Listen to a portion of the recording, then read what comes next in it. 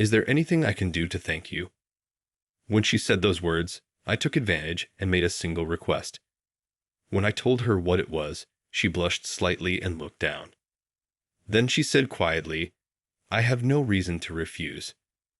Her eyes were a bit moist, and her voice was trembling. "I am Anthony, 30 years old. I'm laid back and ridiculously timid. I've had opportunities for promotion, but I'm not suited for management due to my personality, so I've turned them down. I'm happy to continue living peacefully as a regular employee. My parents back in Rail, Nebraska, are rushing me to get married, asking if I found someone nice. Unfortunately, there is no one I would consider marrying, and I haven't had a significant other in a long time. The only thing that comforts me is my houseplants, which are gradually increasing in my room. At first, I just wanted some greenery, but as I placed the plants and took care of them, seeing them thrive calmed my soul. Now my room is filled with plants. Taking pictures of them is one of my joys. My personal life is peaceful, and my work is going well. However, there was a recent change at work. A female colleague named Lily Miller transferred to my department. Lily is 35, 5 years older than me. She has a good sales record and is rumored to be a rising star. She is also the most beautiful woman in the company, but for some reason, she isn't married. Maybe she's out of everyone's league, so the male employees can't even approach her. I'm interested, but we've been in different departments, so I haven't talked to her much.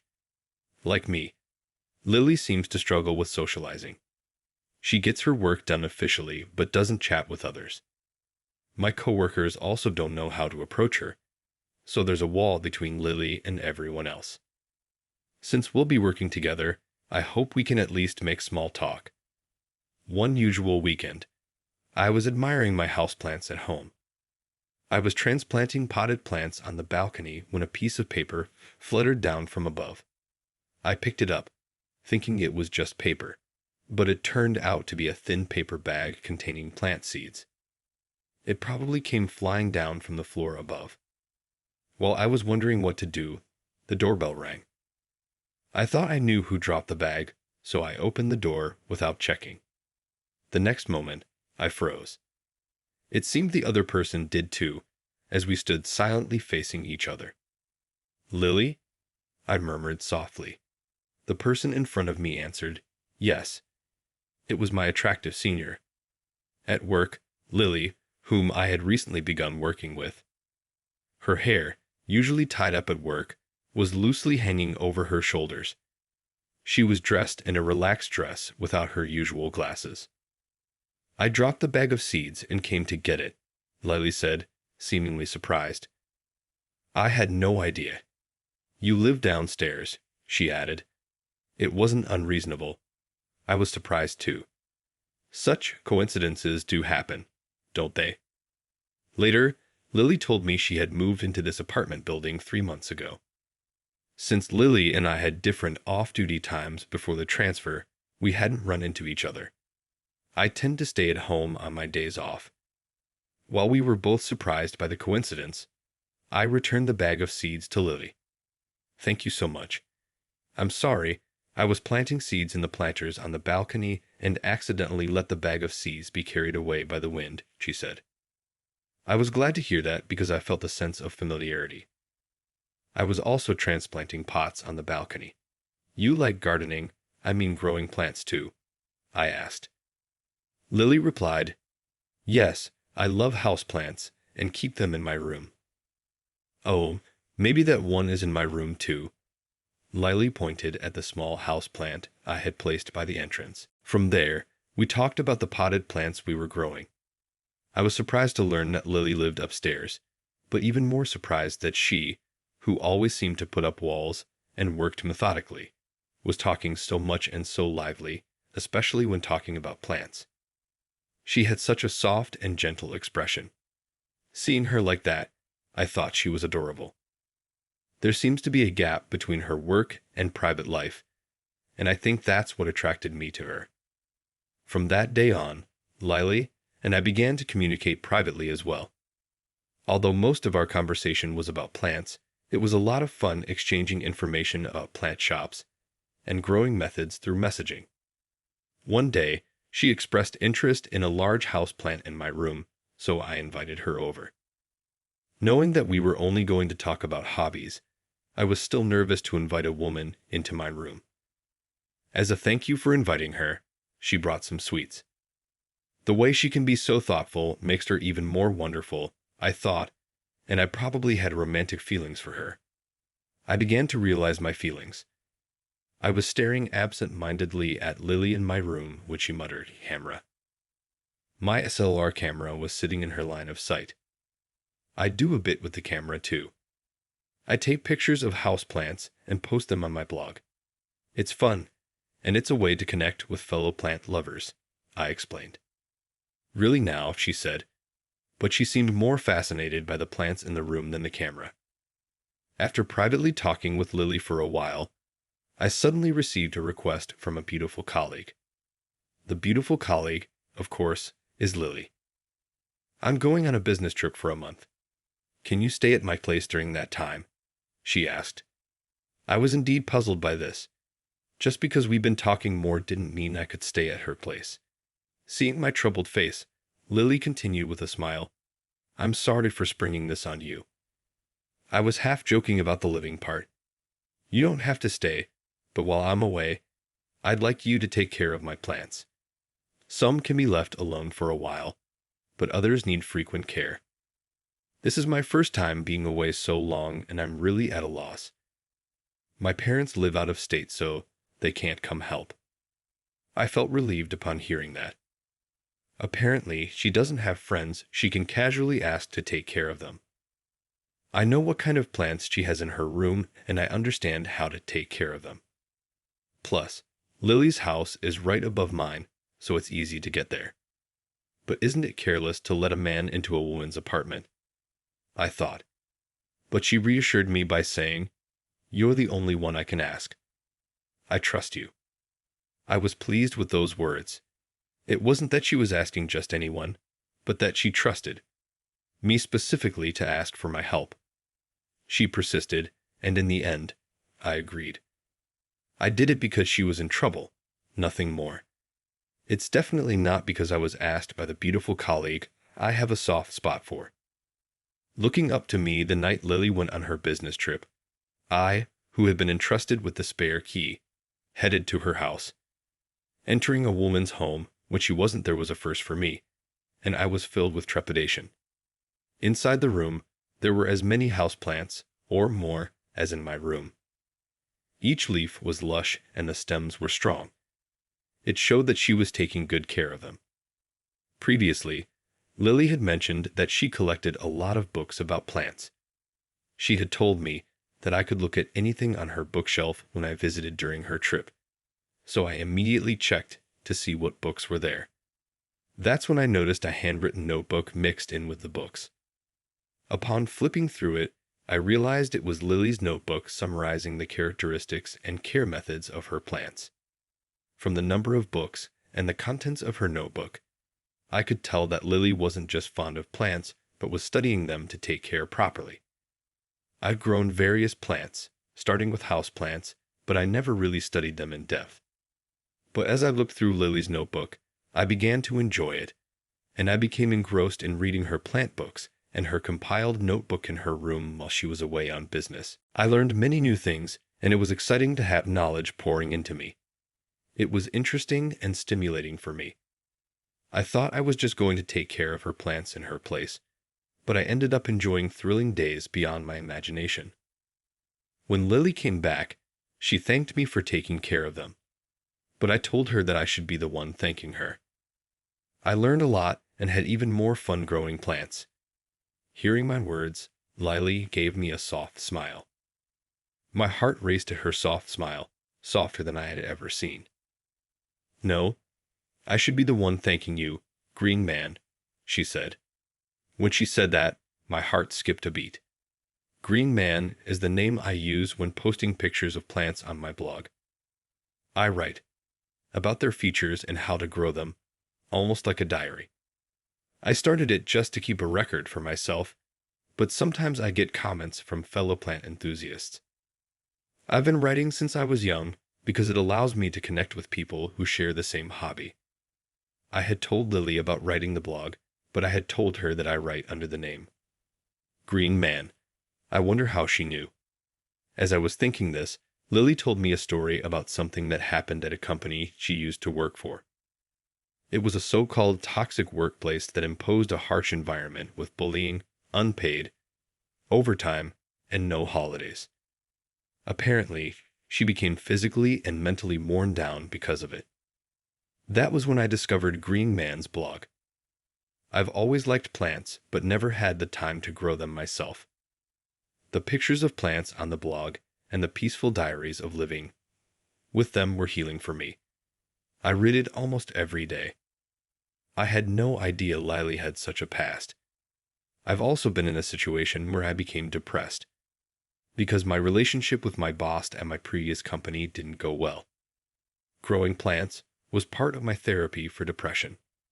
I was so weakened. I sent a message to Green Man on his blog. Work is hard, and I don't have time to be healed by plants. And he replied, quit your job, and let's be healed by plants together. Hearing that, my memory came flooding back. I had indeed had such an exchange on my blog. Since she was talking about how hard it was to go to work, I couldn't see it as someone else's problem. I myself couldn't quit my job due to anxiety, but once I quit, I realized that both my mind and body were becoming healthier. There's no need to be crushed by the company, so if it's tough, it's better to get out early. That's what I thought back then. I was told by my parents and those around me to try a little harder, but no matter how hard I tried, the situation didn't get any better. The first person to tell me that I could quit was Green Man, and I was glad and felt really relieved. So I quit the company right away. I wanted to send a thank you message, but I left a dark message, so it felt awkward to send another one. But I'm really glad I quit my old job. It's all thanks to you, Anthony. Thank you. No, I also wonder how the person who gave me that message was doing. It was you, Lily. I'm relieved. How did you figure out that Green Man was me? She seemed to have guessed by looking at the cameras and desk calendar when she came to my room. I hadn't noticed, but apparently, the things in my room and the desk calendar were often captured in the photos I posted on my blog. She still didn't seem to be sure, but when I wrote on my blog that I was taking care of a friend's plants for a month while she was on a business trip, that seemed to be the deciding factor. I'm grateful that she still checks my blog, but I feel a little anxious thinking that a woman who has feelings for me is reading it. What if I wrote something strange? But other than that, I felt nothing but joy. A person who was troubled like me was able to move forward because of my words, and she has become a fellow plant lover. I felt that the fact that my blog, which started as a hobby, had become something I could push people to do, would give me confidence. I am so grateful to you. Thanks to you, I now have time to be healed by plants, and my days are very peaceful. Is there anything I can do for you? Anything you want? At those words, I jumped at the chance. I thought it was a chance to convey my feelings. I don't know if I'll have an opportunity like this to talk at length again. I want you to let me express my feelings. I like you. The time I spend with you feels good, and I was happy to see a smile that I don't often see at work. I'm glad you entrusted me with taking care of the plants, and I liked your studiousness. It made me recognize again that it's just like you. I want to date you, but I don't want to use the word thanks, so if you don't want to, please refuse me clearly. That's my request. Lily listened to my confession with a surprised expression, but when she finished listening, she firmly responded, "Why would I refuse? It's more of a reward for me since I feel the same way." Her cheeks were slightly red as she said this. I didn't care what I looked like. I was so happy I struck a victory pose. Seeing me, she burst out laughing. Our relationship was going well, and there were changes at work too. She had been consulting me about communicating better with her colleagues. It seemed that her shyness was the cause of the perceived barrier between her and those around her. So, I suggested to her that we put some houseplants in the office and make it a talking point. I had heard before that colleagues wanted something green, something soothing in the office. With everyone's consent, Lily and I took the initiative to place and take care of indoor plants. The cool-looking Lily turned out to love plants, and she became very talkative about them. Colleagues started talking to her more often. Lily herself seemed to enjoy the conversations with others. Her smiles increased at the office, and I couldn't be happier. Anthony, you always push my back. Thank you. Her smile now is my greatest comfort. I used to think that only plants could heal. I found a comfort greater than plants, and I'm deeply and truly content. My name is Michael. I am a 30-year-old employee at a large food firm. I joined the organization 8 years ago after receiving my undergraduate degree. Although I work in the planning and sales department, I am merely an average employee, neither exceptionally good nor exceptionally bad. I'm currently working out of the company's headquarters in the hopes of avoiding a demotion. My wife and I were classmates in college when we first got married. Grace is her name. We were in the same economics seminar at the same university, which allowed us to get to know one another better. We were married shortly after we graduated from college. Grace became a full-time housewife once we were married, so she didn't pursue employment after graduating. After getting married, we had anticipated becoming parents soon, but even after a few years, there was still no indication that our dream would come true.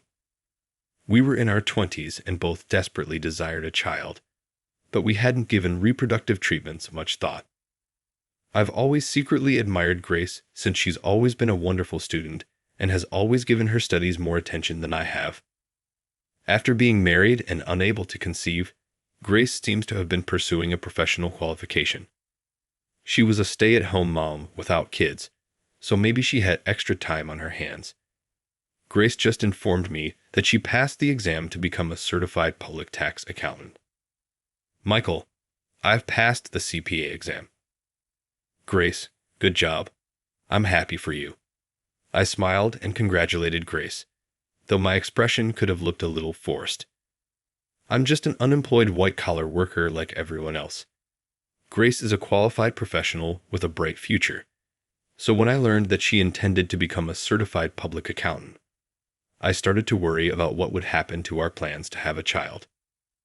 Where would I stand if Grace used her qualification well, made more money than I did, was a social butterfly, had a child, and raised one? I was concerned that I might not be required any longer.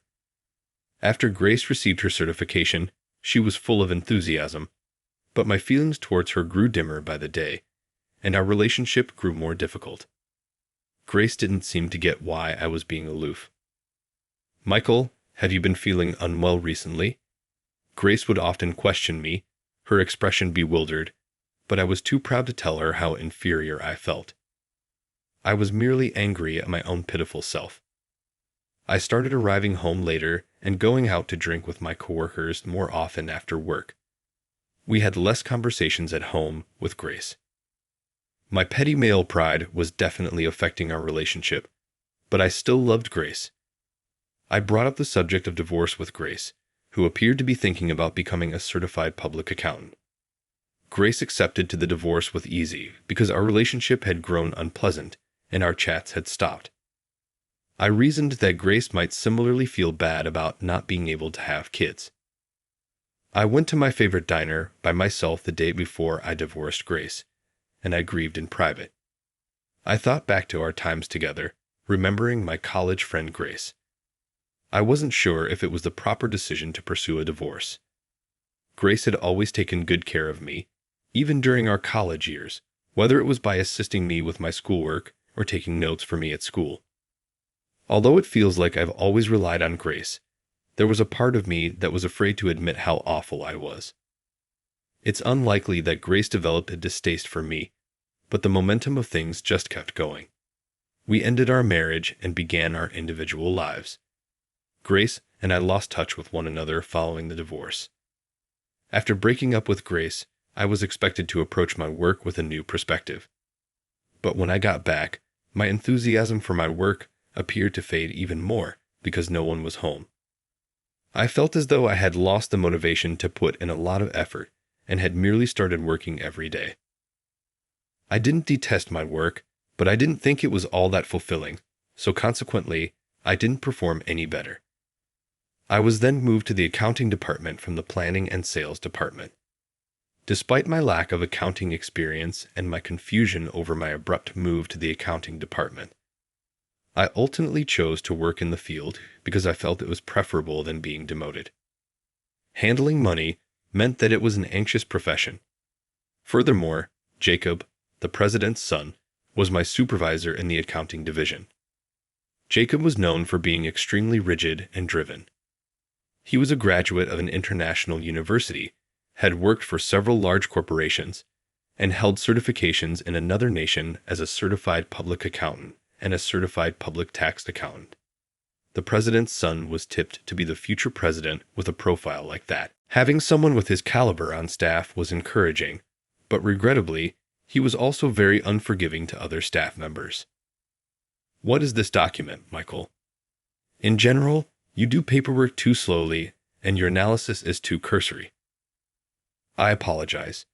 It's been really difficult for me to transfer. Stop blaming others for everything. Justifications are inexpensive. We anticipate significant growth for our company, and we won't accept any excuses. I apologize. I'll use greater caution from now on. You ought to learn more about accounting if you have the time to apologize. Without even a rudimentary understanding of accounting, how are you going to function in a company? Yes, I'll study more about accounting. Jacob was berating me, and I was perspiring. I thought I was going to be in a lot of trouble. I came to the conclusion that I had no time to whine about not understanding accounting. All right, this is now a matter of pride. I'm going to be an accounting whiz. For the first time in a very long time, I experienced intense passion in my heart. Perhaps it was Jacob's fervor that impacted me, but his remarks appeared to lead me to the realization that I couldn't continue as I was. I got books on accounting from a bookstore, but reading the text didn't really assist me grasp it. I thought that going to accounting school could be the best option after conducting some research. In order to exchange information and establish friends with others who shared my interest in accounting, I registered in a school that was quite close to my house right away. I opted for a school that provided weekend sessions due to the excessive overtime Jacob had me working during the week. I'll officially start working as a professional accountant here. Jacob will be surprised by me. With dedication, I opened the door to accounting school. There were already a number of students in the room. My heart leaped for the first time in a long time when I saw this image, which brought back memories of my time as a student. It brought back fond memories of my early years. When I think back on my time as a student, Grace always seems to be there. Actually, Grace was by my side no matter what. I was so engrossed in my thoughts that I failed to realize that the teacher, who was the school's tax consultant, had entered the room. I let out a startled exclamation the instant I saw the teacher.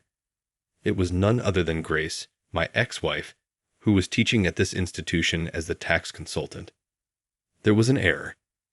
It appeared as though she had grown younger and more animated.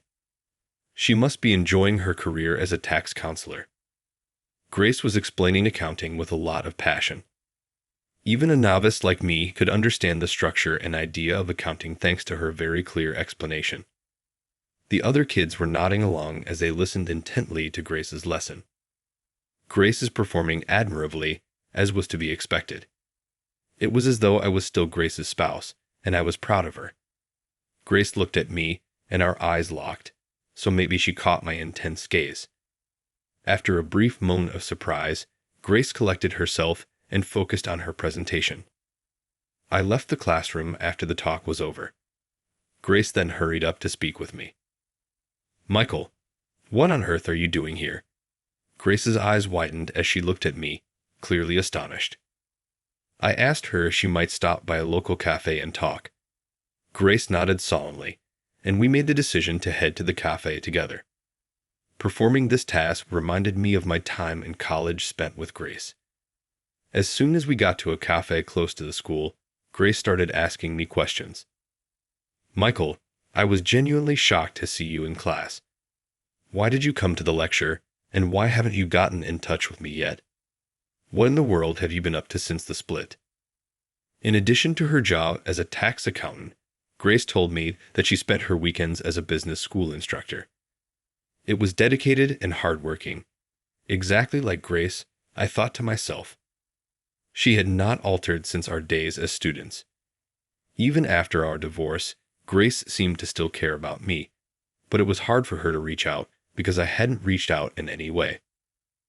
I informed her that I had been moved to the accounting department at work and that my new supervisor was a hard-charging, uncompromising individual.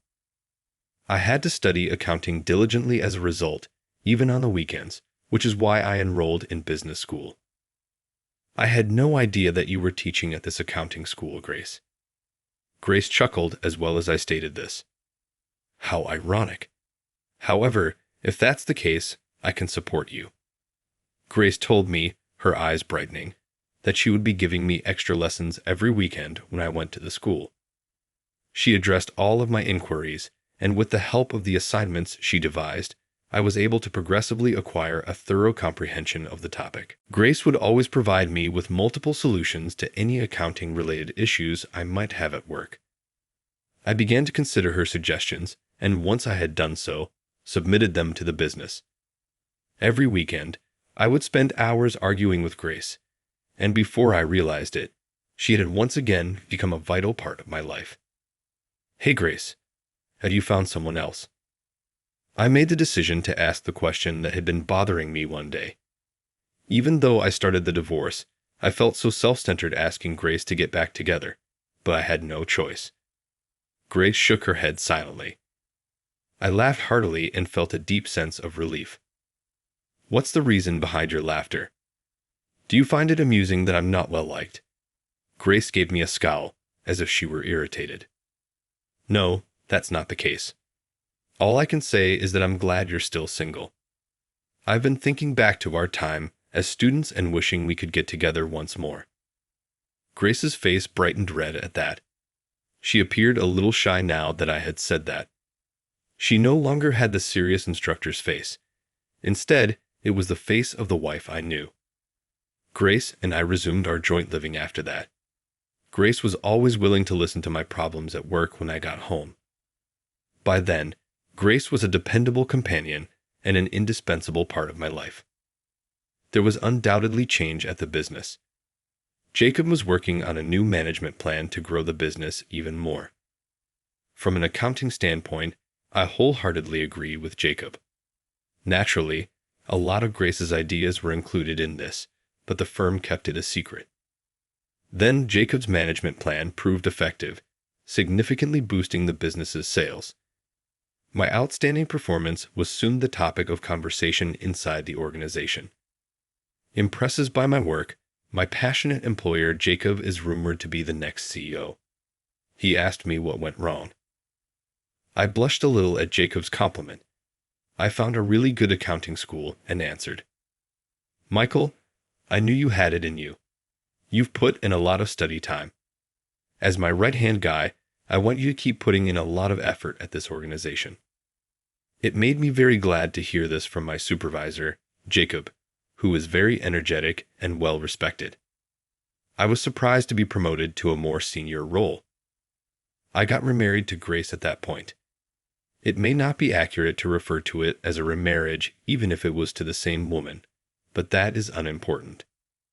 Despite receiving a promotion, I plan to leave the organization. My statement startled Jacob, who attempted to stop me, but I just wanted to be with Grace.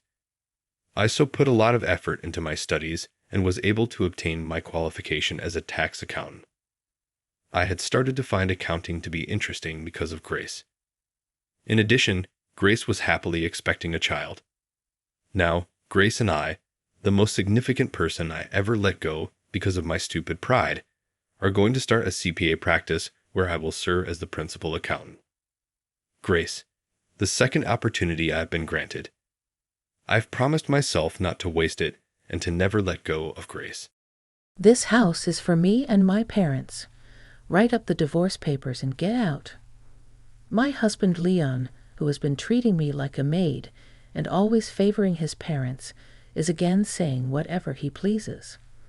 I've been patient so far to avoid upsetting my parents, who were so happy about our marriage, but if he is going to behave like this in front of them, it suits me fine. All right, I'll do as you say. I left the room, taking my distraught parents with me. When will he realize his numerous misunderstandings? I'm looking forward to it. My name is Jessica, 29 years old. I was born when both of my parents were 40 years old. They wanted a child, but it didn't come easy, and infertility treatments were not as advanced as they are now, so they had a lot of distress. Just as they were about to give up on having a child, that's when I came into their lives. Even now, my parents still talk about it joyfully, being the long-awaited child. I was doted on immensely by my parents. Even when looking at my childhood photos, I can feel the love my parents had for me. Although my parents were not wealthy, they always celebrated events like my birthday, Easter, and my kindergarten graduation in a grand manner. They were also very supportive of my studies. If I said I wanted to learn English, they immediately enrolled me in an English conversation class and bought me a lot of books because I loved reading. They'd also said, "If it's something you need for your studies, just let us know, and we'll get it for you." Looking back, I now realize that they must have struggled quite a bit to cover my education expenses, but they never showed it.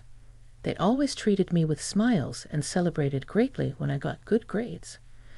As I grew older, sometimes my friends would mistake my parents for my grandparents, but I never minded. I met my now husband Leon at a matchmaking service. Leon, like me, was an only child with elderly parents, and our circumstances were similar. We had the same hobbies, and our conversations were lively. We dated smoothly and decided to get married. My loving parents were in tears at our wedding, blessing our marriage. At first, I was working after our marriage. Fully unproposed, we both have elderly parents. Of course, we don't feel dissatisfied about it, but wouldn't it be nice if they were younger? It's tough to raise a child in old age.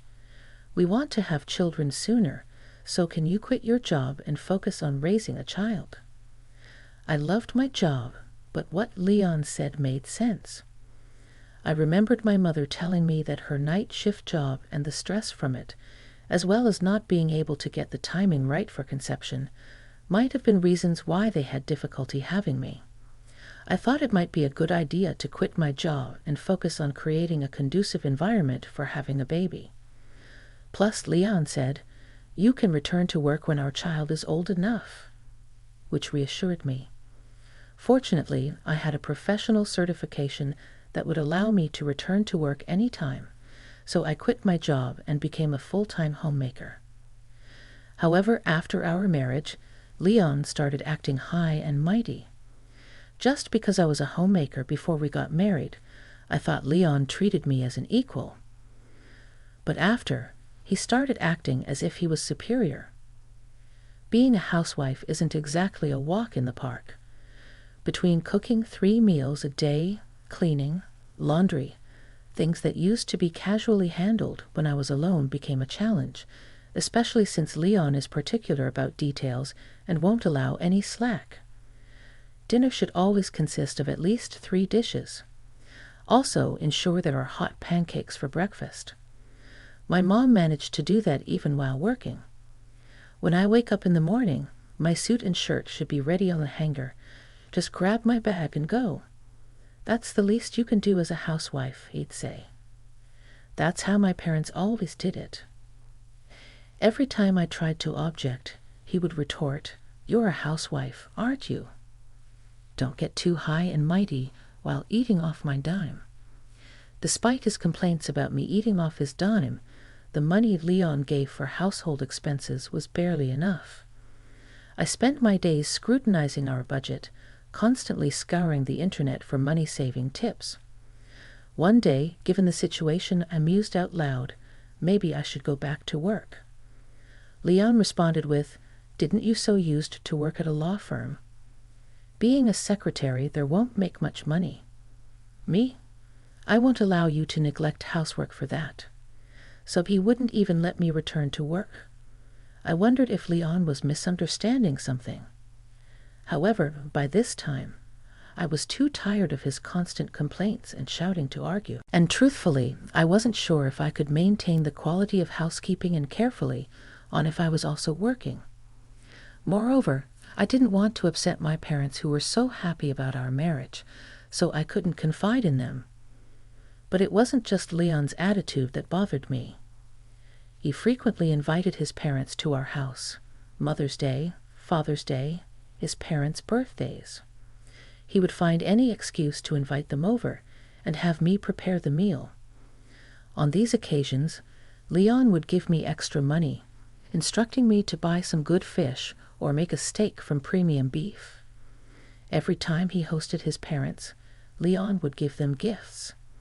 His parents would eat and drink to their heart's content, treating our house as if it was their own, without thanking me. And then they'd leave. Once I asked Leon, "I think it's great that you honor your parents, and I don't oppose it.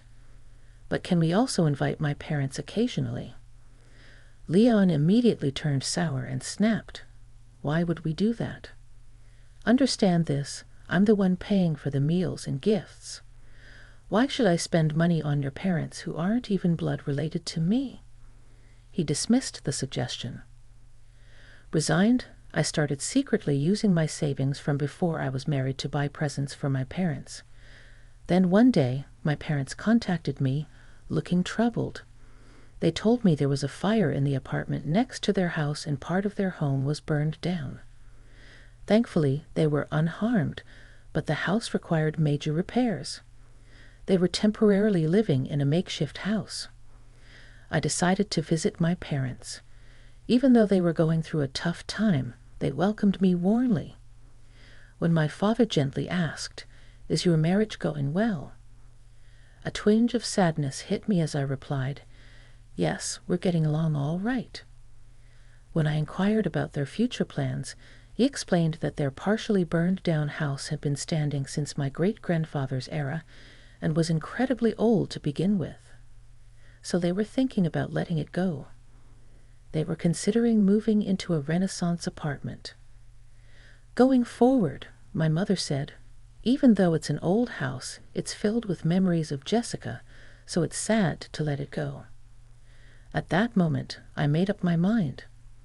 I decided to discuss this with Leon when I got home.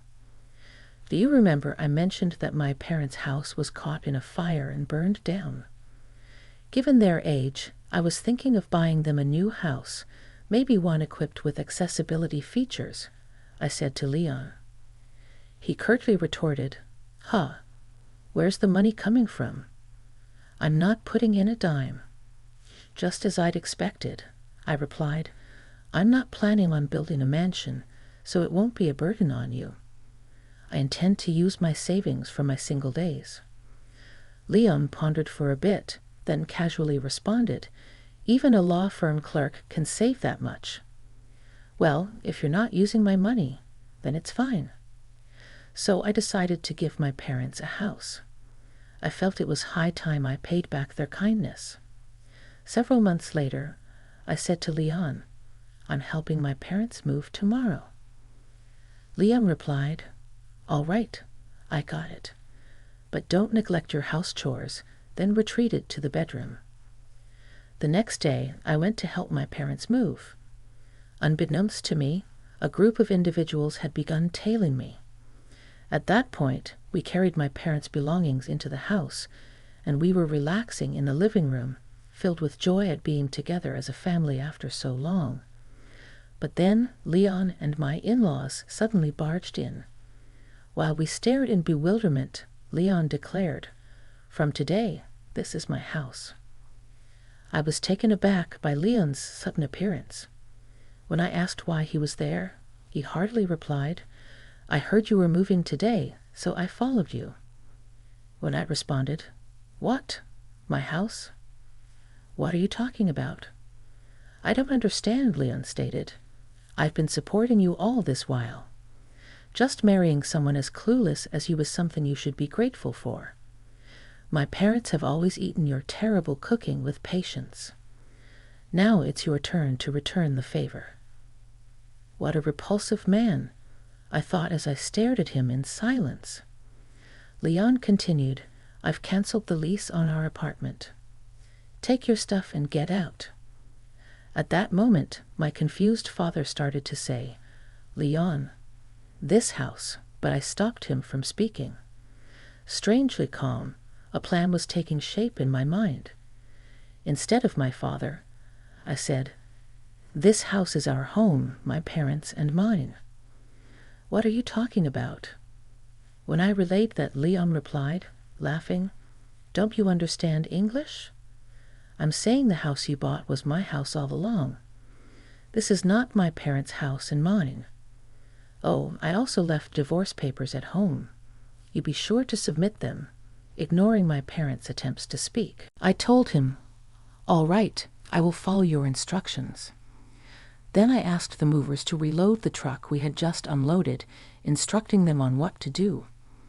As this happened, another truck arrived, carrying Leon's and his parents' belongings. I reassured my unsettled parents by saying, "I will explain everything later, just follow my instructions for now." We then left the house together. During our ride, I explained to my parents what was going on. "Listen, I've kept quiet about this until now." Once they heard everything, they understood and praised my actions. It reminded me of the joy I felt as a child when I was praised by my parents. A few weeks later, I got repeated calls from Leon. Reluctantly, I answered the phone without waiting for my hello. Leon shouted, "Hey, isn't this the house you bought? Someone just told me they're going to call the cops if I don't leave." "Yeah, that's correct." "So when you said that house was ours, I was taken aback. That rental was your house, huh?" I replied, laughing. This made Leon absolutely livid. "Hey, quit mocking me, just explain.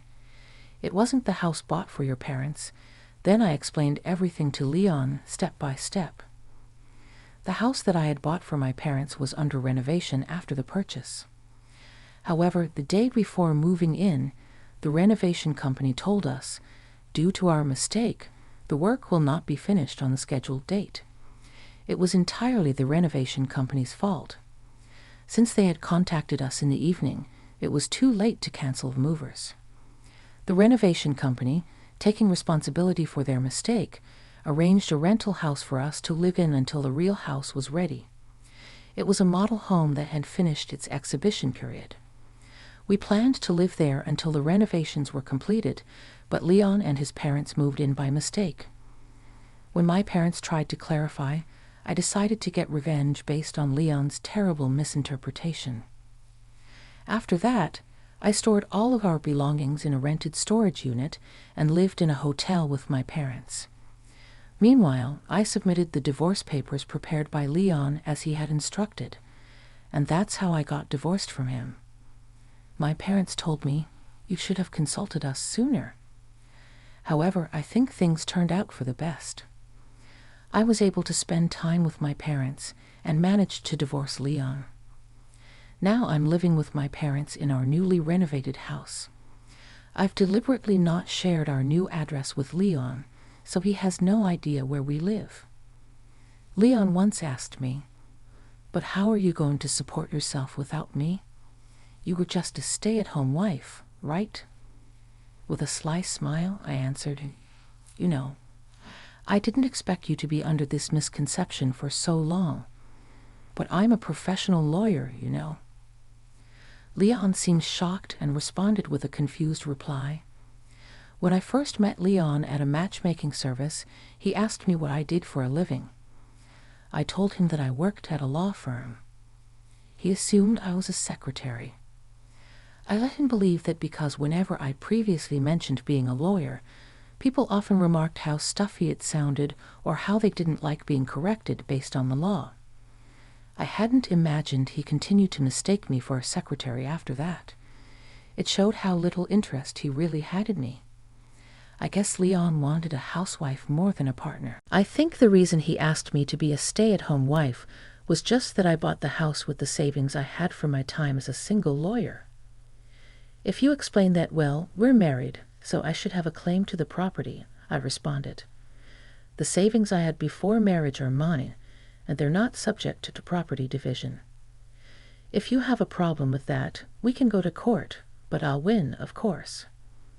Hearing this, Leon fell silent on the other end of the phone. I ignored such remarks from Leon, saying, "Well then, goodbye. Be nice to your beloved parents," and with that, I hung up the phone. I heard about what happened next through a fellow attorney who used to be my colleague. Leon kept contacting me, unable to accept the situation. So I reluctantly decided to communicate with him through my attorney. Leon was insisting on me returning the money we had spent during our married life. However, after discussions through the lawyer, he understood that it was not feasible and seems quite disappointed. That's expected after all. I became a stay-at-home wife because Leon asked me to, and it's a husband's duty to provide for his family. I did everything that I should have as a homemaker, and I didn't fall short. Leon had terminated our apartment lease himself, leaving him with no place to stay. Currently, he has moved back into the small condo where his parents lived, and the three of them are living there uncomfortably crammed into the small space.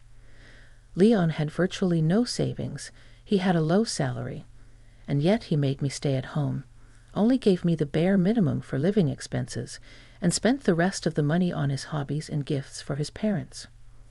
Despite this, Leon was starting to desire a larger house. He seemed to have come up with this plan when I mentioned to my parents that I wanted to buy a house.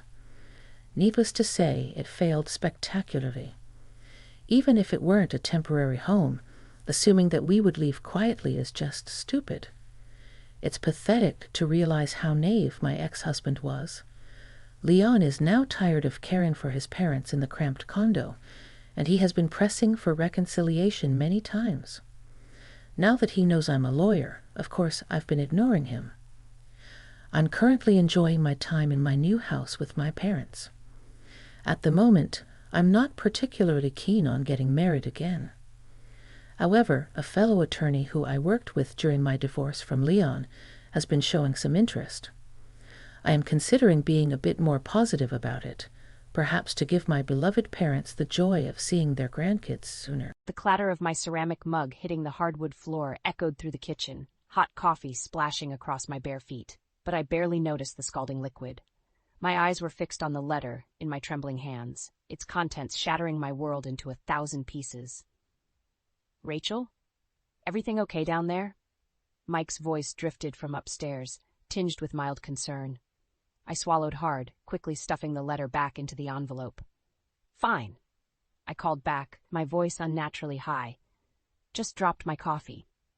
As I bent to clean up the mess, my mind raced. Who was Lydia, and why was she writing such intimate letters to my husband? The sound of Mike's footsteps on the stairs jolted me back to reality. I hastily shoved the envelope into my apron pocket just as he appeared in the doorway. "Geez, Rach, what happened?" He surveyed the scene, his brow furrowed. I forced a smile. "Butterfingers, I guess. Don't worry, I've got it under control." Mike shrugged, already losing interest. "All right, I'm heading out. Big meeting today." As he turned to leave, I blurted out, "Who's Lydia?" He froze, his back to me. For a moment, the only sound was the drip of the coffee maker. Then he slowly pivoted, his face a mask of confusion. "Lydia? I don't know any Lydia." The lie hung between us, heavy and suffocating. I wanted to scream, to confront him with the evidence burning a hole in my pocket, but something held me back.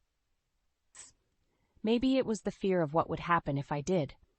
Or maybe it was the sudden realization that I needed more information before I made my next move. "Oh," I said lightly, "must have been thinking of someone else. Have a good day, honey." Mike's shoulders visibly relaxed. He gave me a quick peck on the cheek and headed out the door. As soon as I heard his car pull away, I sank to the floor, my back against the kitchen island. The letter felt like it was searing my skin through the fabric of my apron. With shaking hands, I pulled it out and read it again, hoping I'd somehow misunderstood. But the words were clear. My dearest Mike, last night was magical. I can't wait to see you again. The rest of the letter was a blur of intimate details and future plans. Plans that didn't include me or our daughter, Amelia. The shrill ring of the phone startled me out of my daze. I scrambled to my feet, composing myself before answering. Rachel, it's your mother-in-law. Mrs. Grant's crisp voice cut through the line. I trust you remember the charity luncheon this afternoon? I closed my eyes, suppressing a groan. Of course, Mrs. Grant, wouldn't miss it. Excellent, and do make sure Amelia is properly dressed this time. Last month's ensemble was questionable at best. I bit back a retort. Yes, Mrs. Grant, we'll be there. As I hung up, a wave of rebellion washed over me. Why was I still jumping through hoops for this woman? Why was I pretending everything was fine when my world was crumbling around me? The ding of my laptop interrupted my spiraling thoughts. A notification from my online store, another sale of my handcrafted jewelry. Despite everything, a small smile tugged at my lips. My little business, started as a hobby, was beginning to flourish. As I packaged up the order, an idea began to form. Maybe it was time to stop playing by everyone else's rules. Maybe it was time to take control of my own destiny. I glanced at the clock. The luncheon was in 2 hours. Just enough time to set my plan in motion. Picking up my phone, I dialed a number I'd sworn I'd never use. Hello, is this divorce attorney Johnson's office? I'd like to schedule a consultation. As I hung up, a mix of fear and exhilaration coursed through me. The game was about to change, and this time, I was making the rules. The charity luncheon was in full swing, a sea of pastel suits and pearls. I smoothed down Amelia's dress, silently praying it would meet Mrs. Grant's exacting standards. Rachel, darling. Mrs. Grant's voice cut through the chatter. There you are. And Amelia, well, I suppose that dress will have to do. I bit my tongue, forcing a smile. Hello, Mrs. Grant. Amelia picked it out herself. Mrs. Grant's lips tightened. Did she now? Well, perhaps it's time we had a talk about proper attire for young ladies. Before I could respond, she whisked Amelia away, leaving me alone in a crowd of Mike's relatives and business associates. I felt like a fish out of water, my mind still reeling from the morning's discovery. Rachel, a shrill voice called out. I turned to see Aunt Mildred waving me over. Come, dear. We were just discussing the upcoming family reunion. I reluctantly joined the group, my stomach churning. Family reunion? This was the first I'd heard of it. Oh yes, Aunt Mildred continued, oblivious to my discomfort. It's going to be quite the affair, a week-long celebration of the Grant family legacy. A week? I echoed, my voice weak. Mrs. Grant suddenly materialized beside me. Of course, dear. Didn't Mike tell you? It's been in the planning for months. I swallowed hard, anger bubbling up inside me. No, Mike hadn't told me, just like he hadn't told me about Lydia. I'm afraid we won't be able to make it, I heard myself say. The words hung in the air, heavy with defiance. Mrs. Grant's eyes narrowed. Nonsense. This is a family obligation. You and Amelia will be there. Actually, I said, my voice growing stronger, Amelia has a school project that week. It's very important for her grade. The lie tasted sweet on my tongue. For once, I was taking control. Mrs. Grant's face darkened. Rachel, I don't think you understand. This reunion is not optional. The entire family will be there, including the board members of Mike's company. Your absence would be noticed. The threat in her voice was clear. I opened my mouth to argue further, but a commotion across the room caught my attention. Amelia was standing by the dessert table, tears streaming down her face as she furiously wiped at a large stain on her dress. I rushed over, my heart pounding. Amelia, sweetie, what happened? I'm sorry, Mom, she sobbed. I didn't mean to. The punch just spilled and... It's okay, honey, I soothed, grabbing napkins to dab at the stain. Accidents happen. Mrs. Grant's voice cut through the moment. Well, I suppose this is what happens when children aren't properly taught etiquette. I whirled around, my patience finally snapping. That's enough. Amelia is a child, not one of your society puppets. She doesn't need your criticism or your outdated rules. The room fell silent, all eyes on us. Mrs. Grant's face turned an alarming shade of red. How dare you speak to me like that, she hissed. After everything we've done for you. Done for me? I laughed bitterly. You mean controlling every aspect of my life? Dictating how I should dress, act, raise my daughter? I grabbed Amelia's hand, suddenly feeling lighter than I had in years. We're leaving, and we won't be at your reunion. As we walked out, I could hear the whispers starting behind us, but for once I didn't care what they thought. In the car, Amelia looked at me with wide eyes. Mom, are we in trouble? I took a deep breath, realizing the magnitude of what I'd just done. No, sweetie, we're not in trouble. We're just making some changes. As I drove home, my phone buzzed incessantly. Texts from Mike, voicemails from Mrs. Grant. I ignored them all. Instead, I focused on the road ahead, my mind racing with possibilities. It was time to start living life on my own terms. And the first step? Finding out exactly who this Lydia was. The days following the charity luncheon were a whirlwind of tense silence and barely concealed hostility. Mike's cold shoulder was a stark contrast to Mrs. Grant's incessant phone calls, which I steadfastly ignored. Amelia, caught in the crossfire, grew increasingly withdrawn. One evening, as I sat at my crafting table, meticulously beading a necklace for an online order, Amelia's small voice broke the silence. Mom, why is everyone so angry? I set down my tools, turning to face her. Sometimes, sweetie, grown-ups have disagreements, but it's not your fault, okay? She nodded, unconvinced. Is it because of the luncheon, because I spilled punch on my dress? My heart clenched. No, honey, it's much more complicated than that. Just then, Mike stormed into the room, his face thunderous. Rachel, we need to talk. Now. I glanced at Amelia, who had shrunk back at her father's tone. Sweetie, why don't you go upstairs and start your homework? I'll be up soon. As soon as Amelia was out of earshot, Mike exploded. What the hell were you thinking, embarrassing my mother like that? Do you have any idea what you've done? I stood my ground, anger bubbling up inside me. What I've done? How about what you've done, Mike? Or should I ask Lydia about that? The color drained from his face. What are you talking about? I laughed bitterly. Don't play dumb. I found the letters. How long has it been going on? Mike's shock quickly morphed into defensiveness. That's none of your business. What I do in my private time. None of my business, I interrupted, my voice rising. I'm your wife. Amelia is your daughter. How dare you? Keep your voice down, Mike hissed, glancing nervously at the stairs. Look, what's done is done. But you need to fix things with my mother. The family reunion is important for my career. I stared at him, incredulous. Your career? Is that all you care about? Before he could respond, my phone pinged. Another sale notification from my online store. Despite everything, a small smile tugged at my lips. Mike's eyes narrowed. What's that? Another order for your little hobby? The condescension in his voice was the final straw. It's not a hobby, Mike. It's a business. My business. And it's doing quite well, actually. He scoffed. Please, those trinkets you make? That's not a real job. Something inside me snapped. No? Well, this hobby of mine made more last month than your precious job did.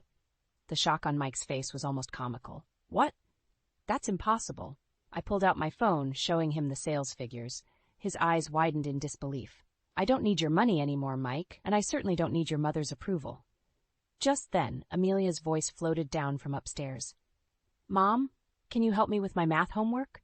I turned to go, but Mike grabbed my arm. This conversation isn't over, Rachel. You can't just walk away from your family obligations. I wrenched my arm free. Watch me. As I climbed the stairs, my mind was racing. I knew this was far from over. Mrs. Grant wouldn't let go without a fight, and Mike, well, Mike had made his priorities clear. I paused outside Amelia's room, taking a deep breath to compose myself. As I pushed open the door, I made a silent vow. No matter what it took, I would protect Amelia from this toxic environment, even if it meant leaving everything behind. Amelia looked up as I entered, her eyes wide with worry. Mom, is everything okay? I forced a smile, sitting down beside her. Everything's going to be fine, sweetie. Now, let's take a look at that math homework. As we bent over her textbook, I couldn't shake the feeling that a storm was brewing. But for the first time in years, I felt ready to face it head-on. The afternoon sun streamed through the kitchen window as I put the finishing touches on a custom-ordered bracelet. The house was quiet, a rare moment of peace in the chaos that had become our lives. I glanced at the clock, realizing Amelia would be home from school soon. As if on cue, I heard the front door slam. But instead of Amelia's usual cheerful greeting, I was met with the sound of muffled sobs. "Amelia?" I called out, my heart racing as I rushed to the entryway. My daughter stood there, her backpack on the floor, tears streaming down her face. "Mom," she choked out, I saw. I pulled her into my arms, stroking her hair. "Shh, it's okay. Take a deep breath. What did you see?" Amelia pulled back, her eyes red and puffy. "I went to surprise Dad at his office. But he was with someone. A woman. They were kissing." The world seemed to tilt on its axis. I knew about Lydia, of course, but hearing it from Amelia, seeing the pain in her eyes, it was a whole new level of betrayal. "Oh, sweetheart," I whispered, fighting to keep my voice steady. "I'm so sorry you had to see that." Amelia's sobs turned to hiccups. "Why would Dad do that? Doesn't he love us anymore?" The question pierced my heart. How could I explain something I didn't understand myself? "Your father loves you very much," I said, choosing my words carefully. Sometimes adults make mistakes, big mistakes." Amelia's eyes narrowed. "You knew, didn't you? That's why you and Dad have been fighting." I nodded, unable to lie. "I found out recently. I was trying to figure out how to tell you. Were you going to tell me at all?" Amelia's voice was sharp, accusatory. The question caught me off guard. "Of course I was. I wanted to protect you." "Protect me?" Amelia scoffed, suddenly sounding much older than her years. "By lying to me? By pretending everything was fine?" Her words hit me like a physical blow. Had I been so caught up in my own pain that I'd failed to see what was right in front of me? Before I could respond, the front door opened again. Mike walked in, his face falling as he took in the scene before him. "What's going on?" he asked, his voice wary. Amelia whirled to face him, her grief turning to anger. "I saw you. With her. How could you do that to Mom? To us?" Mike's face drained of color. "Amelia, I can explain." "No," I cut in, my voice steely. "You don't get to explain. Not now." I turned to Amelia. "Sweetie, why don't you go up to your room? I need to talk to your father." For a moment I thought she might refuse, but then she nodded, grabbing her backpack and heading upstairs. The slam of her bedroom door echoed through the house. Mike and I stood in silence, the weight of years of lies and resentment hanging between us. "Rachel," he started, "I never meant for Amelia to find out like this." I laughed bitterly. "Oh, and how exactly did you mean for her to find out, or were you planning on keeping your little affair a secret forever?" Mike's face hardened. "It's not like that, Lydia. She understands me. She doesn't try to change me like you do." His words ignited a fire within me. "Change you? I've spent years molding myself to fit your family's expectations, and this is how you repay me?" I took a deep breath, steadying myself. "You know what? I'm done. Done pretending, done making excuses, done living this lie." Mike's eyes widened. "What are you saying?" I met his gaze, my resolve strengthening with each passing second. "I'm saying it's over, Mike. I want a divorce." The words hung in the air, heavy with finality. As I watched the shock spread across Mike's face, I realized this was just the beginning. The real battle was yet to come. The word divorce hung in the air like a thundercloud, heavy and ominous. Mike's face cycled through shock, anger, and finally a cold determination that sent chills down my spine. "You can't be serious," he scoffed. "What about Amelia? What about our life together?" I stood my ground, years of pent-up frustration bubbling to the surface. "Our life together? You mean the life where I play the perfect wife while you sneak around with Lydia?" Mike's eyes narrowed. "You have no idea what you're talking about. Lydia understands me in ways you never could." "Oh, I understand plenty," I shot back. "I understand that you're a liar and a cheat, and I'm done pretending otherwise." Just then, Amelia's bedroom door creaked open. We both froze, realizing our voices had risen to dangerous levels. "Mom? Dad?" Amelia's voice wavered. "Are you guys getting divorced?" The pain in her voice cut through me like a knife. I turned to face her, my heart breaking at the sight of her tear-stained face. "Sweetie," I began, but Mike cut me off. "Of course not," he said smoothly. "Your mother's just upset. We'll work things out." I whirled on him, fury coursing through my veins. "Don't you dare lie to her. Not anymore." Turning back to Amelia, I took a deep breath. "Honey, I don't know what's going to happen, but I promise you, no matter what, I'll always be here for you." Mike's phone buzzed, breaking the tense silence. He glanced at it, his face paling. "I have to go," he muttered, heading for the door. "Let me guess," I called after him. "Lydia needs you. The slam of the front door was his only response. Amelia collapsed into my arms, her body shaking with sobs. As I held her, my mind raced. How had we gotten here? How could I protect her from the storm that was surely coming? The next morning, I woke to the insistent ringing of the doorbell. Groggily, I made my way downstairs, only to find Mrs. Grant on my doorstep, her face a mask of barely contained fury. "Rachel," she said, her voice dripping with disdain, "we need to talk." Before I could respond, she pushed past me into the house. "I've just had a very interesting conversation with Michael," she began, pacing the living room. "He tells me you're threatening divorce, over some ridiculous notion of infidelity, no less." I felt my anger rising again. "It's not a notion, Mrs. Grant. It's a fact, one that Amelia witnessed firsthand." Mrs. Grant waved her hand dismissively. "Children often misunderstand adult situations, and even if there was some indiscretion, surely you understand the importance of maintaining appearances?" I stared at her, incredulous. "Maintaining appearances? Is that all you care about?"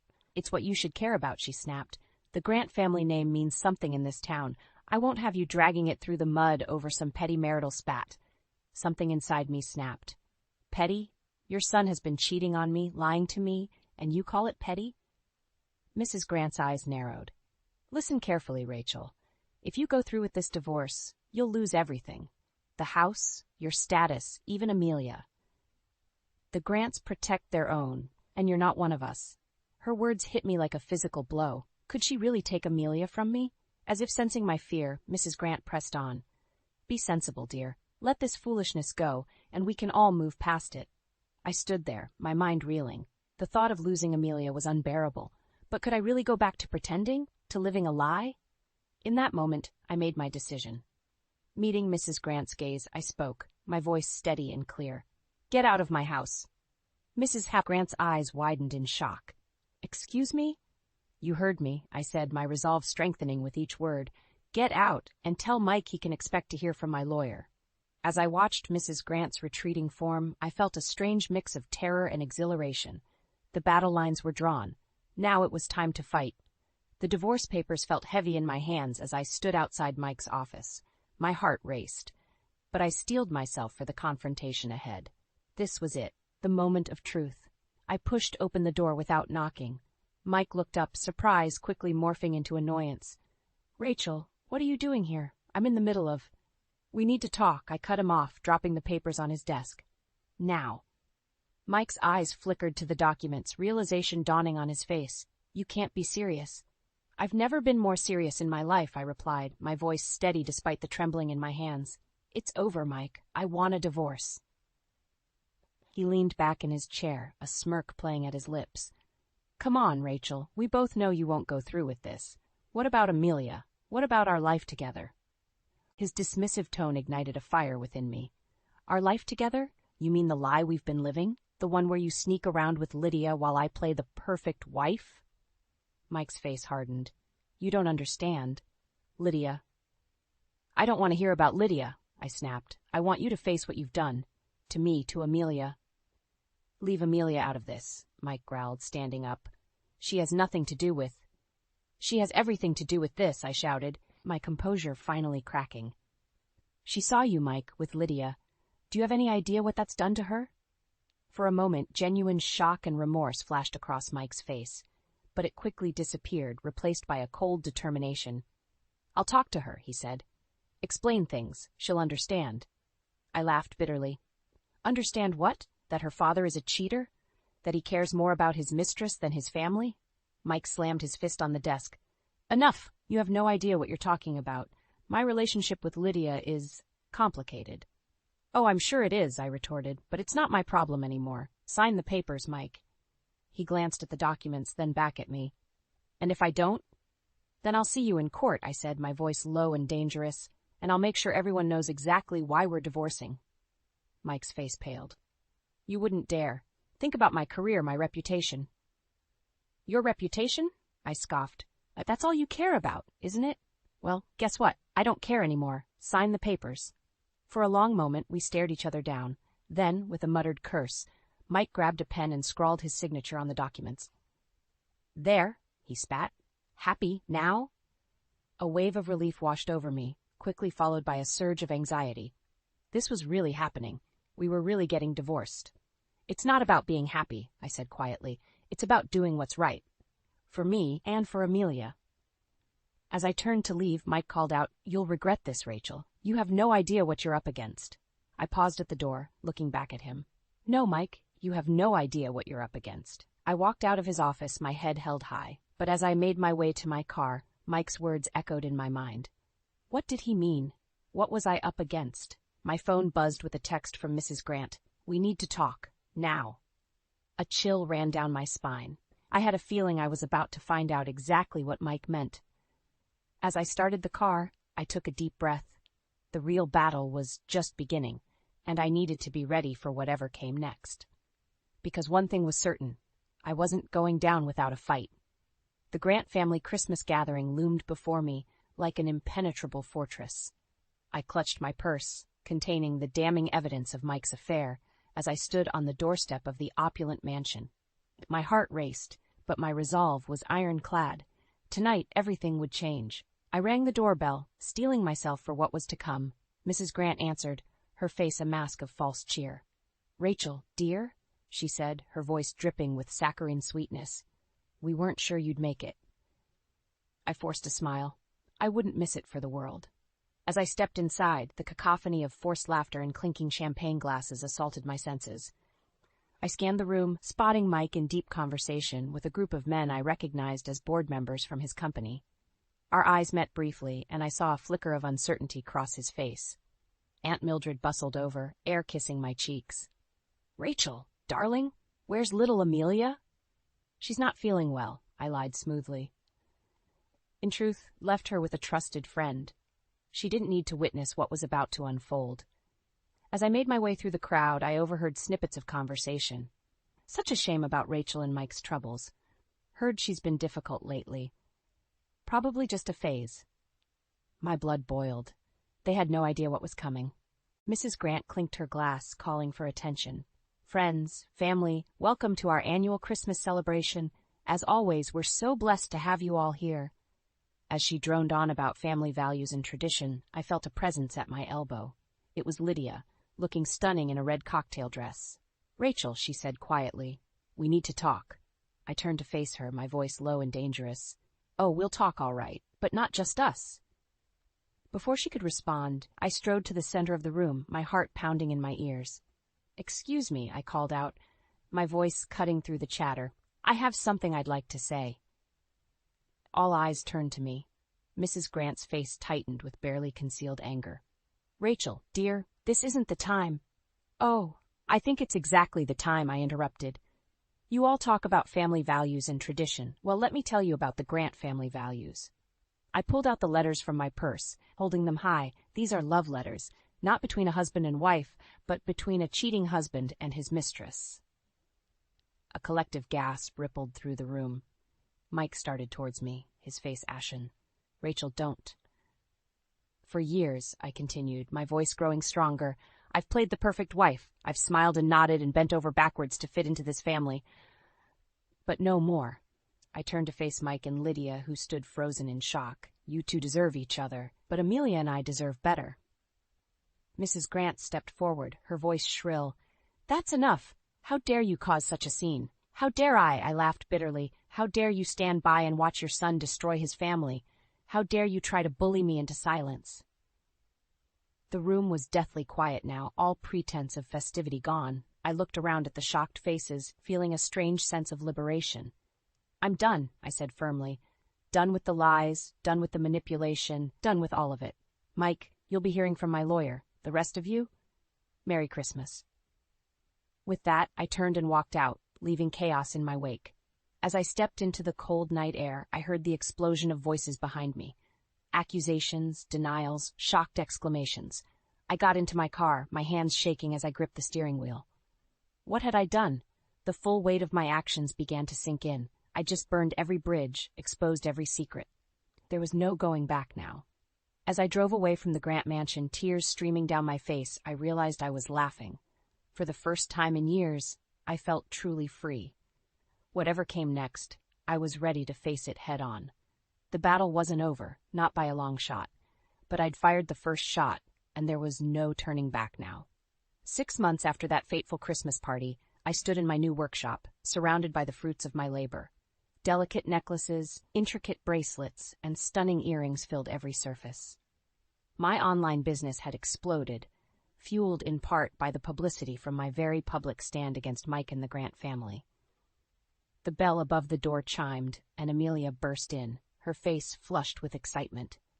"Mom, you won't believe what happened at school today," I smiled, setting down the piece I was working on. "What is it, sweetie?" "Remember that essay contest I told you about? The one about overcoming adversity?" Her eyes sparkled. "I won first place. They want me to read it at the school assembly next week." Pride swelled in my chest. "That's amazing, Amelia. I'm so proud of you." As she chattered on about her plans for the assembly, I marveled at the change in her. Gone was the withdrawn, anxious girl from 6 months ago. In her place stood a confident, vibrant young woman. The shop door opened again, and I tensed instinctively, but it was just Sarah, my new assistant, laden with shipping boxes. "Hey, Rachel," she called out. "You're not going to believe this. We just got an order for 500 custom pieces for a major department store." I gasped, my mind reeling at the implications. This could be the breakthrough we'd been waiting for. As I helped Sarah unpack, my phone buzzed. It was a text from Mike. "We need to talk about the custody arrangement. Can we meet?" A familiar knot formed in my stomach, but I pushed it aside. I'd faced worse and come out stronger. "Everything okay, Mom?" Amelia asked, noticing my expression. I smiled reassuringly. "Everything's fine, sweetie. Just your dad wanting to talk." Amelia's face clouded briefly, but she nodded. "You know, I've been thinking, maybe I could see him sometime, if you're okay with it." Her words caught me off guard. We'd had a rough few months after the divorce, with Amelia refusing to see Mike at all. "But now, if that's what you want, we can arrange it," I said carefully. "But only if you're sure." Amelia nodded, her expression resolute. "I am. I think I'm ready to face him." In that moment, I saw a strength in my daughter that I'd always hoped she'd find, a strength that mirrored my own journey. As we closed up shop that evening, I reflected on the whirlwind of the past 6 months. The bitter custody battle, the attempts by Mrs. Grant to discredit me, the nights I'd cried myself to sleep, wondering if I'd made the right choice. But looking at Amelia now, seeing the success of my business, feeling the love and support of true friends I'd made along the way, I knew I'd made the right decision. Later that night, as Amelia slept peacefully in her room, I sat on our small balcony gazing at the stars. My phone buzzed again, another text from Mike. This time I didn't hesitate. I typed out a response. "Yes, we can meet, but on my terms this time." As I hit send, a sense of calm washed over me. Whatever challenges lay ahead, I was ready to face them. No more hiding, no more pretending, no more subjugation. I thought back to that terrified woman who'd found those letters all those months ago. She seemed like a stranger now. In her place stood a woman who knew her worth, who fought for what she believed in, who'd created a life filled with love, respect, and endless possibilities. The future stretched out before me, bright and full of promise.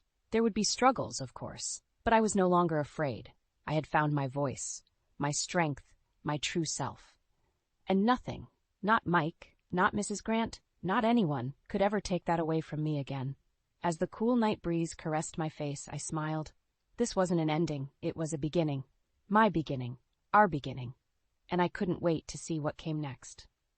"I know what you're after. You married for money. Stop saying such nonsense. It's obvious, isn't it? Someone like you, a poor single mother. That's why, even after your husband is gone, you continue to stay. You are really an eyesore. Every day I, Mia, 35 years old, am on the receiving end of such snide remarks from Emma. My father passed away when I was very young, and I was raised in a single-parent family. Thankfully, my mom kept working even after she got married, so we weren't exactly destitute, but we certainly weren't wealthy. Still, my mom was always cheerful, and she worked hard for me. Because of this, I never felt particularly lonely growing up. I planned to start working after graduating from high school. My mom, however, had been diligently saving up for my college education. I loved studying, and I really wanted to go to college, but I couldn't bear to burden my mom, who had struggled to raise me, with this desire. More than anything, I wanted to ease her burdens, so I gave up on the idea of going to college right from the start. So when my mom suggested that I go to college, I was overjoyed. My mom got married when she was 23, and she had me when she was 25. When I was in my 3rd year of high school, my 43-year-old mom, who was still very active, told me, "I'm still in my early 40s and very healthy, so Mia, pursue the path you like. It would hurt me far more if you gave up your future because of financial concerns." Mom, I felt tears welling up at my mom's kindness and strength. I took on a part-time job to help cover tuition. Thanks to that, I was able to graduate college without taking out student loans. After graduating college, I joined a large trading company. I worked hard every day because I wanted to make life easier for my mom. Within 5 years of joining the company, I was promoted to administrative assistant, and my salary increased. I took my mom on trips and was able to buy her the massage chair she had been wanting. 2 years after becoming an administrative assistant, my work was recognized, and I was chosen to be an executive assistant. I got to talk a lot with the president's son, Ethan, and our relationship progressed to dating and eventually marriage. Congratulations, Mia. Be happy. Yes, thank you for everything. When I expressed my deep gratitude, my mom was moved to tears. She was incredibly happy for me, and it was a truly joyful time. However, that happiness was short-lived. Just 2 years into our marriage, my husband suddenly passed away. He collapsed clutching his chest at work and was rushed to the hospital, but by the time I arrived, he had already stopped breathing. That morning, I had watched him leave for work, tearfully saying, "I'm off." I could never have imagined such a harsh reality. The shock was so great that for a while, I could barely speak.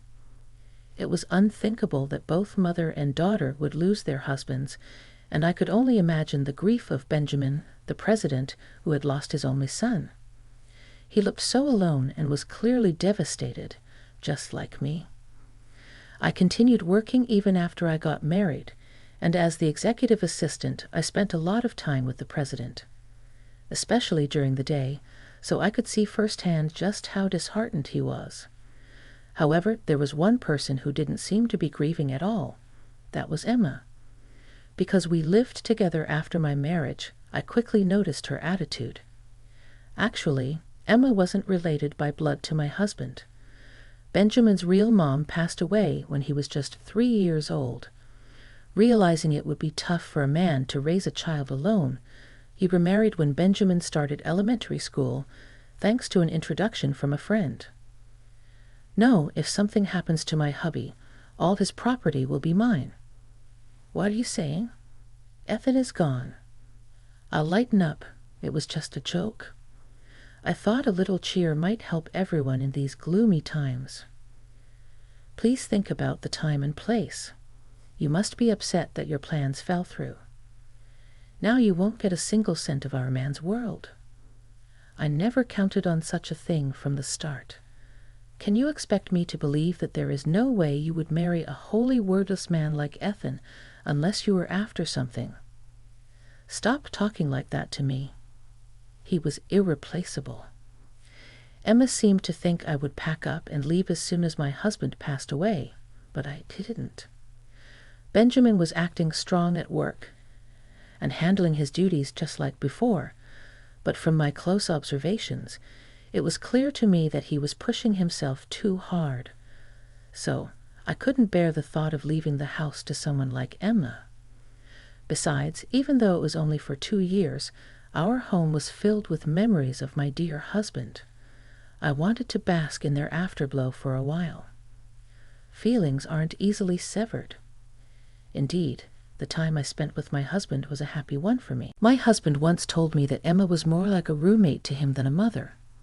She was often out and about, and when Benjamin was away on business, she would often not come home until late at night, But my husband didn't want to worry Benjamin, who was already busy with work, so he kept quiet about it. In fact, Emma was very kind when Benjamin was around. Her sudden change was so drastic that it was as if there were two Emmas. When Benjamin went to work, Emma would see him off with a smile. "I'm counting on you to look after Ethan." Of course, Ethan is a precious child to me too. Knowing you're there for him allows me to focus on my work. Don't worry about a thing. Do your best at work. Thank you. Have a good day. But the moment the door closed behind him, Emma's smile vanished. Ah, finally he's gone. Now where should I go today? Maybe I'll invite a friend to the movies. You're going out again. Yes. Do you have a problem with that? Oh no, remember, don't bother your father with unnecessary things. He's working hard for you. If you say something, he'll worry and won't be able to concentrate on his work. You should quietly study at home every day. Okay, I understand. That was the daily routine, but apparently it didn't bother him too much once he got used to it. In fact, he felt more comfortable when he was not paid too much attention. When he was a child, he thought Emma was like a chameleon. Well, I don't really mind. I think of her as Dad's wife, not my mom. Benjamin was always grateful to Emma for coming when his child was small, allowing him to focus on his work. Benjamin's company was a legacy from his step-grandfather. Benjamin seemed to have a knack for running it. From the moment he took the helm, the company grew exponentially. Now he's managing 5 businesses, each pulling in an annual revenue of high $100 million. This, of course, means Benjamin is always insanely busy. My husband used to tell me that when he was a kid, Benjamin barely had time to unwind at home. Seeing Benjamin exhausted from work every day, my husband couldn't bring himself to trouble him with unnecessary issues. That's why he never mentioned Emma. Besides, he didn't feel entirely neglected, so there was no need to bother Benjamin unnecessarily. He was content keeping his concerns about Emma to himself. That's so like him, a relaxed individual. He never struck me as a typical heir to a huge company. Did you ever get angry about it? Nah, not really. I was okay as long as she was home. It gave Dad peace of mind, knowing she was there so that he could focus on his work. Plus, we never went hungry, and there were always plenty of snacks. I see. My husband laughed it off, never making a fuss. I loved that about him. Besides, it's not like they were mean to me. They just didn't fuss over me. Sure, Emma would throw some snide commands my way from time to time, but I just took it as typical mean mother-in-law banter. Plus, she was often out and about attending theater performances, shopping, or dining with friends. Since I was still working, we didn't cross paths that much, so her sarcastic remarks didn't really bother me. If my husband didn't make an issue of it, there was no reason for me to bring it up either. However, being a thrifty person since childhood, Emma's reckless spending did bother me a bit. It felt wasteful. Nevertheless, since neither Benjamin nor my husband voiced any concerns about it, I didn't feel it was my place to chime in. I kept my thoughts to myself. But after my husband passed away, seeing Emma shopping and indulging in luxuries with a happy, carefree attitude left me feeling uneasy. Benjamin was heartbroken. A man who was like a son to him had passed away, and yet Emma showed no signs of sorrow, which only made me more angry. Emma, please try to be supportive of Benjamin, be there for him, even though he's pretending to be okay. He's really lonely, I pleaded. Excuse me, why on earth would I listen to you? What's your angle, huh? Trying to worm your way into our family for some of the inheritance? Since I have never even thought about that. Well, Ethan's gone now, so why don't you just leave already? I won't be leaving. Benjamin has said he's fine with me staying as long as I need to at this. Emma shot me an irritated look, but didn't say anything further. She probably felt relieved knowing she didn't have to worry about me inheriting Benjamin's wealth. But 3 years after my husband's death, Emma was becoming increasingly annoyed with me still being around. Her sarcastic remarks were becoming more frequent and more hurtful. After all, whether at home or at the office, I'm always with Benjamin. Emma seemed to think I was buttering him up, scheming to take over his fortune. It hurt to be perceived in such a light, and I began to question myself, wondering whether it was right to stay in a house where my husband was no longer present. I could go see Benjamin's situation at the office every day. It might be better for me to return to my single mom instead of living here and enduring Emma's sarcasm. Mom is turning 60 this year, and last year marked the 3rd anniversary of my dad's passing. I had been contemplating my future when Benjamin collapsed. He was fortunate to survive, but there was a high possibility he would need caregiving even after discharge from the hospital. At the company, things didn't immediately fall apart when Benjamin collapsed, since he had properly trained his successors. However, Emma's attitude noticeably shifted. The man got what he deserved. He has been so stingy lately, she complained. What do you mean, stingy? Our credit card limit has been decreased. Our living expenses have been cut. Is the company in trouble? I don't think that's the case, Emma. As it happens, you missed your husband's 3rd anniversary ceremony last year due to a hangover from the previous day's wild night out. Revealed by the credit card bill, it seemed Benjamin, who rarely checked on Emma's spending, had investigated this time. Missing their son's 3rd memorial was too much even for him. In his fury, Benjamin decided to limit the money Emma could use. That said, she was getting more than enough money for a normal life, so there was no need to complain. Benjamin himself said that the company might be in trouble. Eva's absence hit him hard, and before he knew it, things had turned sour, I explained. Don't play dumb. You know it too. All because we lost a single son. How does that justify ruining the company? No, I truly didn't. And yet, despite his condition, he is going to rest at home, live a long life. He's been telling people the doctor said he could live to 100. That's good to hear. There's nothing good about it. If he lives that long needing care, it won't be a joke, Emma said, her nostrils flaring, beginning to launch into a tirade about Benjamin. Hearing her call him dull and annoying left a sour taste in my mouth. Who did she think had been funding her lavish lifestyle? Even if Benjamin's company was in trouble, she could at least offer to support him, I thought. And then Emma said something even more unthinkable. So, I have decided to divorce him. Pardon? Just think about it. The company might be in danger. What if we end up in debt? It's only wise to get the property settled and leave before the money runs out. Are you planning to abandon Benjamin? When he needs help, I can't handle a bedridden old man with no money left. I'm going to take what I can before his will is gone and say goodbye. Is that so? Emma's words said, as if she had come up with a brilliant plan, brought up a feeling of disgust in me. However, just a week after having that conversation, Benjamin's condition drastically deteriorated, and he passed away all too quickly. He's gone too, just 3 years after my husband passed. Everything seemed to go dark. Benjamin's voice was so similar to my husband's. Sometimes when we talk, it felt like I was talking to my husband. Not being able to talk to him, not being able to hear his voice anymore, it was too much to bear. Oh no, that man has gone to the afterlife. What perfect timing. He still had assets left, right? His company didn't collapse yet.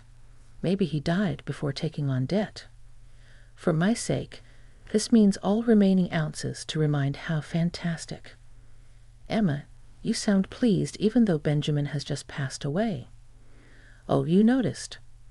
Too bad for you, though. You're not getting any inheritance. I would have preferred Benjamin to be alive than any inheritance. Don't give me that high-minded attack. Now you're just pretending to be tough, trying to impress everyone, aren't you? Even if you asked, there isn't a single cent to give you. Despite Benjamin's death, it seemed like all Emma could think about was money. How could she be so heartless? Thinking of that, I feel sorry for Benjamin, which only added to my grief. So you don't have to come to the funeral. What? Strangers are not allowed at the funeral. I see, that's how it is. Emma didn't seem to understand reality, but I didn't feel the need to explain it to her. Are you sure about that? Of course, now that he's gone, I, his wife, am in charge. Understood. So 2 days later, Benjamin's funeral was held quietly, with only close relatives respecting his wishes not to have a grand company funeral. After the funeral, I saw a bunch of missed calls from Emma on my phone, but I didn't return them. Emma tried to reach me many times afterward, but I completely ignored her. Then one day, she suddenly showed up at my workplace. I finally got you. What are you thinking? You're not answering my calls. Oh, Emma, what can I do for you? Still messing around. I was kicked out of the funeral home. You were the one who should have been left out. I called you so many times on the day. What's the meaning of this, huh? Well, you're not with my mother-in-law anymore, Emma. What? Well, you said that strangers are not allowed at the funeral, so we had a family-only funeral. And then I asked Emma, who's now a stranger, to refrain from attending. You are the stranger. No, the stranger here is Emma. What? When Benjamin fell ill and was told he would be bedridden, Emma had served him with divorce papers. Emma seemed to think that because Benjamin was hospitalized, he had gone to heaven without submitting those divorce papers. But those divorce papers, I had submitted them as Benjamin asked me to. So Emma is a stranger to us in name and reality. Back then, Benjamin had shared a lot with me. It seems he told Emma that the company was in danger and that he might end up in debt if that happened. They couldn't live the life they had been living. From then on, it would be a modest life for just the two of them and so on. He thought that if Emma was willing to support him through that, they could continue as a couple.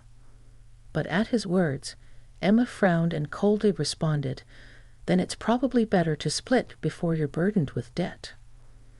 Benjamin collapsed 1 month after that conversation with Emma. Even after he woke up, he knew his health was not good. But he hid it and told Emma that he was in such a state that he would have to let go of the company and he would probably have to rely on her for care. As expected, Emma then proposed a divorce. She probably wanted to divorce before he was burdened with death and get some money through property division. But Benjamin, who had realized his limited time left, had already donated most of his personal assets except the house to children and animal shelters and volunteer groups. And he had already appointed talented subordinates as presidents of his companies and transferred all the shares. So there was almost no property left to give to Emma. When he told her this, the color drained from Emma's face. So I don't get anything. Well, strictly speaking, it's not exactly zero. I did leave a few $100s in savings. A few $100? That's hardly enough. Even though Benjamin had told me this beforehand, hearing it from my mouth, I could see how thorough Benjamin was. He must not have wanted to split any property with Emma. Maybe it was Emma's attitude when her husband passed that pushed Benjamin to be this resolute. But there is the house. If I sell that... Oh yes, please move out of that house as soon as possible. I'm staying with Mom for now, but I plan to move back eventually. What are you saying? You're a complete stranger. You have even less right than I do. As I said earlier, the stranger here is you, Emma, who is already divorced. Also, the house was originally inherited by Benjamin from his grandfather, so it doesn't count for property division during divorce. So why do you have the right to live in that house?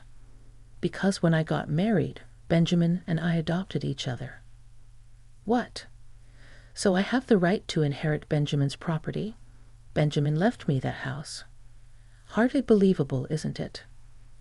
The idea of adopting me had come from Benjamin himself. When we got married, I didn't think about it much at the time. I was going to be marrying his son, and in his eyes that made me his daughter. So I went along with that option, but when my husband passed away, I kept quiet about this. I was afraid that if I mentioned it, Emma would think that I was after the family fortune. So I have work to do. Could you please leave? I asked Emma. If you need to communicate anything, please do so through our lawyers. I have sought the advice of our company's legal counsel.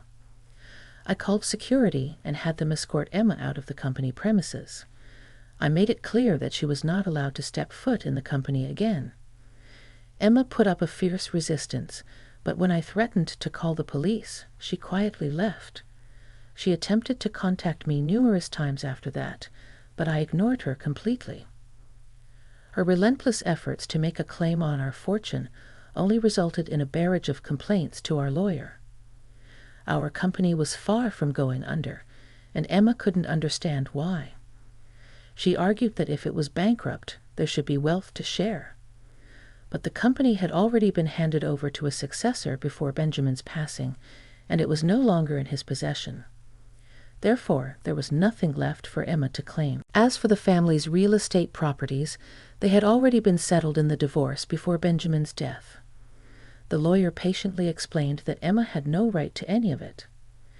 Our lawyer, somewhat exasperated, confided that Emma had been quite persistent.